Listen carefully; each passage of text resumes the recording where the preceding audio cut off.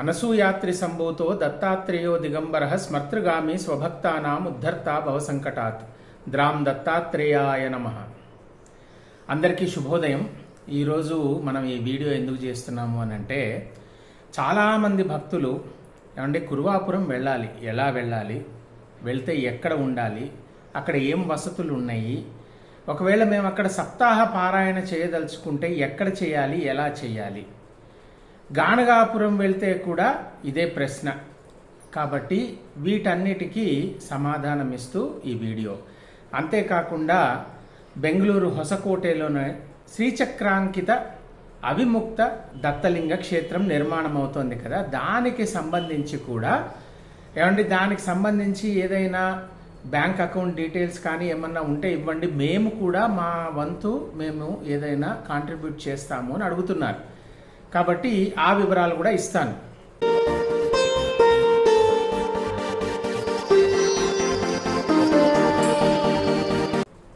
ముందుగా శ్రీచక్రాంకిత అవిముక్త దత్తలింగ క్షేత్రము హొసకోటె బెంగళూరు, దీనికి సంబంధించిన వివరాలు.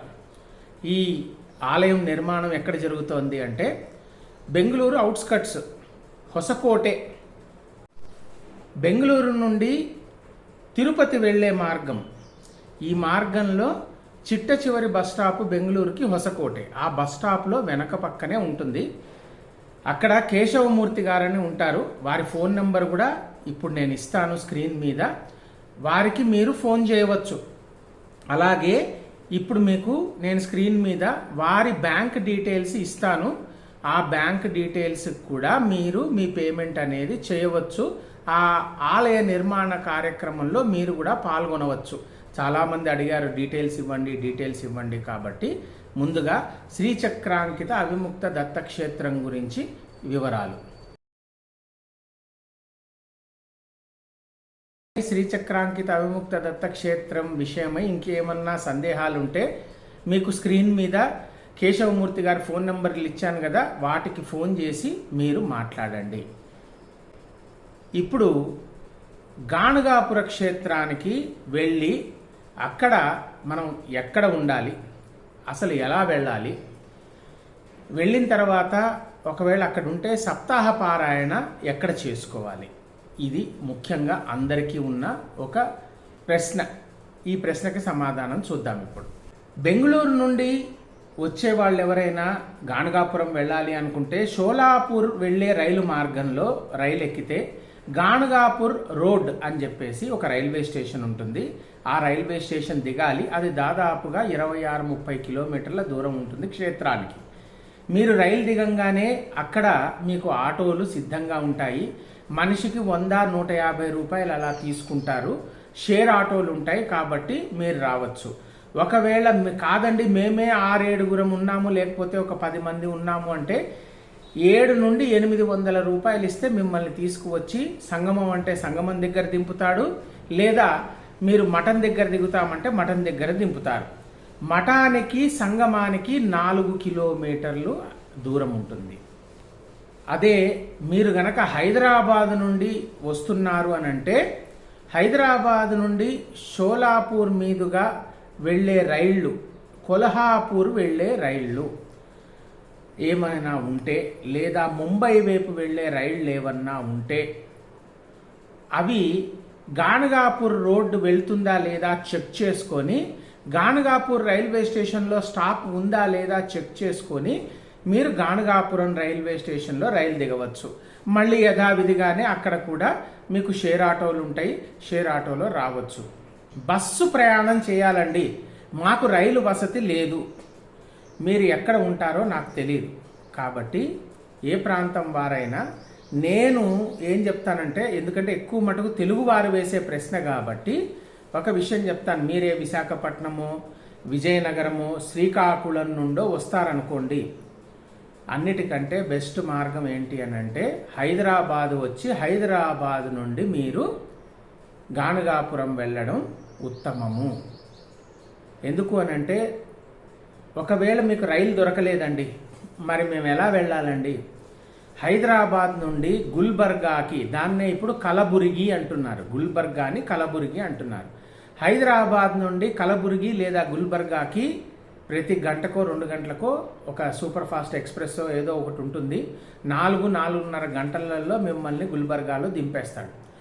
అక్కడి నుండి మీరు ఆటోనో లేకపోతే బస్సు దొరికితే, ఎందుకంటే బస్సు ఫ్రీక్వెన్సీ ఎప్పుడు పడితే అప్పుడు ఉండదు గానగాపురానికి. బస్సు దొరికితే బస్సు, లేదంటే ఆటో, లేదంటే మీరే ఒక సొంతంగా ఒక క్యాబ్ మాట్లాడుకొని గానగాపురం వెళ్ళిపోండి. కలబుర్గి నుండి గానగాపురం 36 కిలోమీటర్లు. దీని ప్రకారంగా మీరు ఎంత ఇవ్వాలి క్యాబ్కైనా లేకపోతే ఆటోకైనా అనేది మీరు నిర్ణయం చేసుకోండి. సాధారణంగా నేను నా వ్యాన్లో వెళ్ళిపోతాను కాబట్టి నాకు ఎప్పుడు ఈ బస్సుల్లో కానీ రైళ్లల్లో కానీ వెళ్ళేటువంటిది క్యాబులు బుక్ చేసుకునేటువంటిది అవకాశం రాలేదు, అవసరం కూడా రాలేదు. ఇది వివరం. రైల్లో వెళ్తే ఎలా, బస్సులో వెళ్తే ఎలా. గానగాపుర క్షేత్రానికి మఠం దగ్గర దిగితే ముందుగా మఠంలో స్వామివారి నిర్గుణ పాదుకలు దర్శనం అవుతాయి.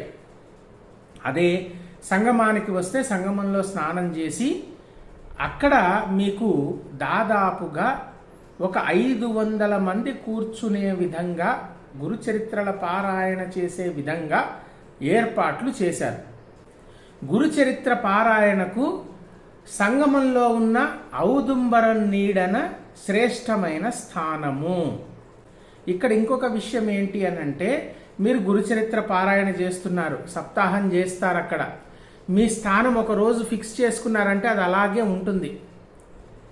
మీరు మళ్ళీ ఆ స్థానాన్ని విడిచిపెట్టే వరకు అది అలాగే ఉంటుంది. రెండవది, మధ్యాహ్నము 1:30 ప్రాంతంలోను, సాయంత్రము 7:30 ప్రాంతంలోనూ సంగమంలో ఉన్న స్వామివారి పీఠంలో ఆరతి అనంతరం భిక్ష ఇస్తారు. మధుకరి అంటారు దాన్ని. మీరు వెళ్ళి అక్కడి నుంచి ఆ మధుకరి స్వీకరించి భుజించి వచ్చి మళ్ళా మీ పారాయణలు చేసుకోవచ్చు, అడ్డు ఏమీ ఉండదు. ఇది పారాయణకు సంబంధించిన స్థానము. సంగమంలో ఔదుంబరం నీడన, అక్కడ మీకు 500 మందికి పైగా ఒకేసారి కూర్చొని పారాయణ చేసే విధంగా అరేంజ్మెంట్స్ ఉన్నాయి.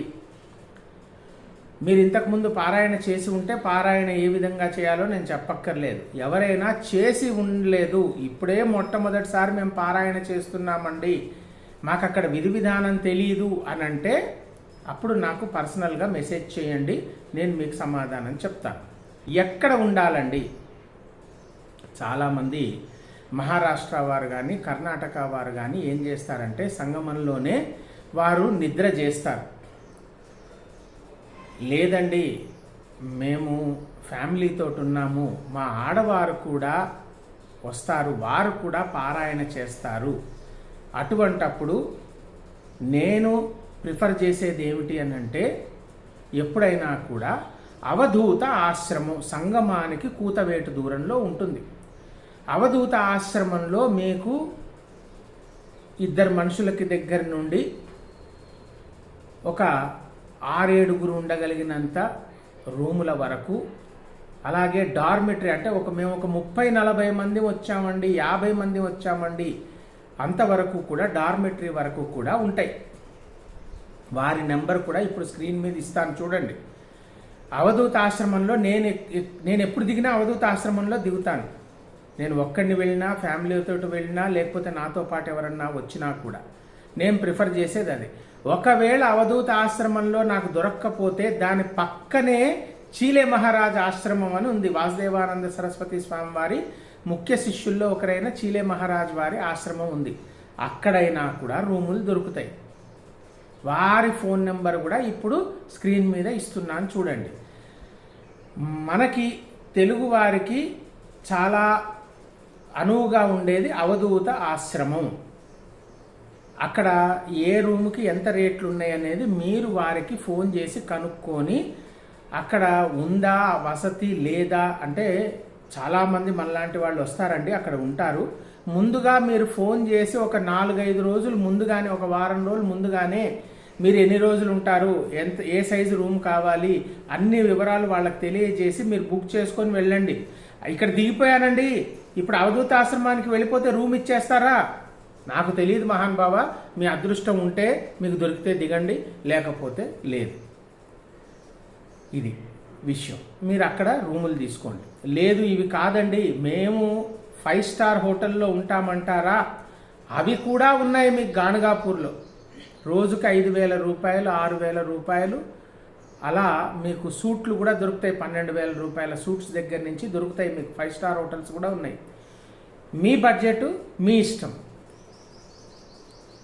ఇది విషయం. ఇంకా కురువాపుర క్షేత్రానికి వద్దాం. కురువాపుర క్షేత్రానికి మీరు వెళ్ళాలనుకుంటే మీ ప్రాంతం నుండి మహబూబ్ నగర్కి ఏమన్నా రైళ్లు ఉన్నాయా చూసుకోండి. నెంబర్ 1 మహబూబ్ నగర్. లేదండి రాయచూర్, కర్ణాటకలోని రాయచూర్కి ఏమన్నా రైళ్లు ఉన్నాయా చూసుకోండి. ఉంటే అయితే రాయచూర్కి కానీ లేకపోతే మహబూబ్ నగర్కి కానీ ఒక రైలు టికెట్ బుక్ చేసుకొని ఎక్కేయండి. మహబూబ్ నగర్ దిగినా రాయచూర్ దిగినా మీరు చేరవలసిన నెక్స్ట్ గమ్యం మక్తల్. మక్తల్ పెద్ద ప్రాంతమే. మక్తల్ బస్ స్టాండ్కి చేరుకోవాలి. మక్తల్ బస్ స్టాండ్కి చేరుకున్న తర్వాత పంచదేవ్ పహాడ్ గానికి లేదా అనగొండికి కానీ మీకు బస్సులు ఉంటాయి. పంచదేవ్ పహాడ్, అనగొండి వీటికి అక్కడ దిగితే ఎక్కడ దిగాలి? పంచదేవ్ పహాడ్ దిగాలి. పంచదేవ్ పహాడ్ దిగితే 2 కిలోమీటర్లు మీకు వల్లభాపురం, అంటే కురువాపురానికి చేరుకోవడానికి ఎక్కడైతే పడవ మాట్లాడుకుంటామో ఆ గట్టు, దాన్ని వల్లభాపురం అంటారు. వల్లభాపురంలో మీకు నేను ఛాయా ఆశ్రమం ఫోన్ నెంబర్ ఇస్తాను. ఛాయా ఆశ్రమంలో మీకు ఏమైనా, ఎందుకంటే ఎక్కువ రూమ్లు ఉంటాయి ఛాయా ఆశ్రమంలో. కాకపోతే ఏంటంటే మీకు నడక కానీ రాకపోకలు కానీ ఇబ్బంది. ఛాయా ఆశ్రమం ముందే చెప్పేసేస్తున్నాను. ఛాయా ఆశ్రమం నుండి సరిగ్గా 1 కిలోమీటర్న్నర ఉంటుంది వల్లభాపురం పడవ ఎక్కే గట్టు. ఎండాకాలంలో అయితే పడవలు కూడా అవసరం లేదు, నీళ్ళు ఎండిపోతే నదిలో నడుచుకుంటూ వెళ్ళిపోవడమే. వర్షాకాలం అయితే మటుకు, వర్షాకాలం చలికాలంలో నీళ్లు ఉంటాయి నదిలో, కాబట్టి మీరు పడవ వేసుకొని వెళ్ళవలసి వస్తుంది.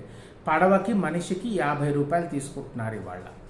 వల్లభాపురంలో కూడా రూములు ఉంటాయి, కానీ వారి దగ్గర ఉన్న రూములు తక్కువ, కాబట్టి ఎప్పుడూ ఫుల్గానే ఉంటుంది.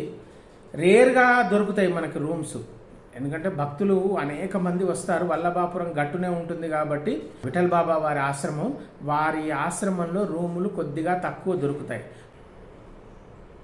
మీకు నేను ఇప్పుడు స్క్రీన్ మీద కురువాపురం క్షేత్రానికి సంబంధించిన ఫోన్ నెంబర్ కూడా ఇస్తున్నాను. కురువాపురంలో కూడా అకామిడేషన్ దొరికే అవకాశం ఉంటుంది. మీరు అక్కడ కనుక్కోండి. అక్కడ కనుక్కొని ఒకవేళ అక్కడ ఉండదలుచుకుంటే అక్కడ ఉండవచ్చు. కురువాపురంలో ఉంటే మేము సప్తాహ పారాయణ గురుచరిత్ర ఎక్కడ చేయాలండి? నేను ఎప్పుడైనా కూడా ఒకటే చేస్తానండి. సప్తాహ పారాయణ చేయదలుచుకుంటే వటవృక్షం ఉంది, వటవృక్షం కింద చేస్తాను. అక్కడికి ఎవరు వచ్చినా కూడా గురుచరిత్ర పారాయణ అక్కడే చేస్తారు, వటవృక్షం కింద. కాకపోతే ఒక ఇబ్బంది ఏమిటి అంటే, మీరు భిక్ష కోసం వటవృక్షం దగ్గర నుండి తప్పకుండా క్షేత్రంలోకి వచ్చి క్షేత్రంలో మధ్యాహ్నం రాత్రి ఇచ్చే భిక్షను స్వీకరించవలసి వస్తుంది. అక్కడ కూడా మీకు భిక్షకి అన్ని వస్తువులు ఉన్నాయి, లేదనేది ఏమీ లేదు. మీరేమీ వండుకొని చేతులు కాల్చుకోవాల్సిన పని లేదు. కాబట్టి మీరు ఎక్కడ ఉంటారు, ఏం చేస్తారు? ఒకవేళ రూము వల్లభాపురంలో తీసుకొని సప్తాహ పారాయణ కంటే పొద్దున్నే ఇటు వస్తారు, సాయంత్రం మళ్ళీ అటు వెళ్తారు. మీకు ఛాయా ఆశ్రమంలో అలాగే విఠల్ బాబా వారి ఆశ్రమంలో కూడా భిక్ష దొరుకుతుంది రోజు పొద్దున సాయంత్రం. విఠల్ బాబా వారి ఆశ్రమంలో ఉదయం టిఫిన్ కూడా పెడతారు మీకు. కాబట్టి మీరు కురువాపురం వెళ్ళినా గాణగాపురం వెళ్ళినా ఎప్పుడూ కూడా భిక్షకి లోటు ఉండదండి, మధుకరికి లోటు ఉండదు. మొదటి విషయము. రెండవ విషయము, వసతికి కూడా లోటు ఉండదు. మీరు బడ్జెటింగ్ చేసుకోండి ముందు. ఇక్కడైనా అక్కడైనా మినిమం 600 రూపాయలు పెట్టండి అయితే మీకు రూము దొరకదండి. మినిమం 600 రూపాయలు మినిమం. ఒకవేళ పీక్ సీజను ఏదన్నా ప్రత్యేక పర్వదినాలు ఉన్నాయి, అప్పుడు రూమ్ రెంట్లు ఎంతకన్నా పోవచ్చు, మీకు దొరకవచ్చు, దొరక్కపోవచ్చు. ఈ విషయం గమనించుకోండి. కాబట్టి కురువాపురం గాణగాపురం సంబంధించిన ఇన్ఫర్మేషన్ అంతా ఇచ్చాను నేను మీకు. అలాగే అవిముక్త దత్తక్షేత్రానికి సంబంధించిన ఇన్ఫర్మేషన్ కూడా ఇచ్చాను.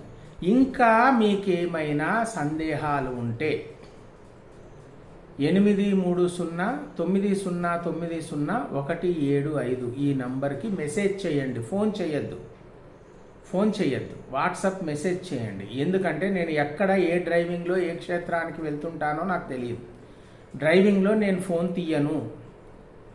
కాబట్టి మీ అనుమానాలు తీరినాయని ఆశిస్తున్నాను. మీరు కూడా తప్పకుండా ఈ క్షేత్రాలకు వెళ్ళండి.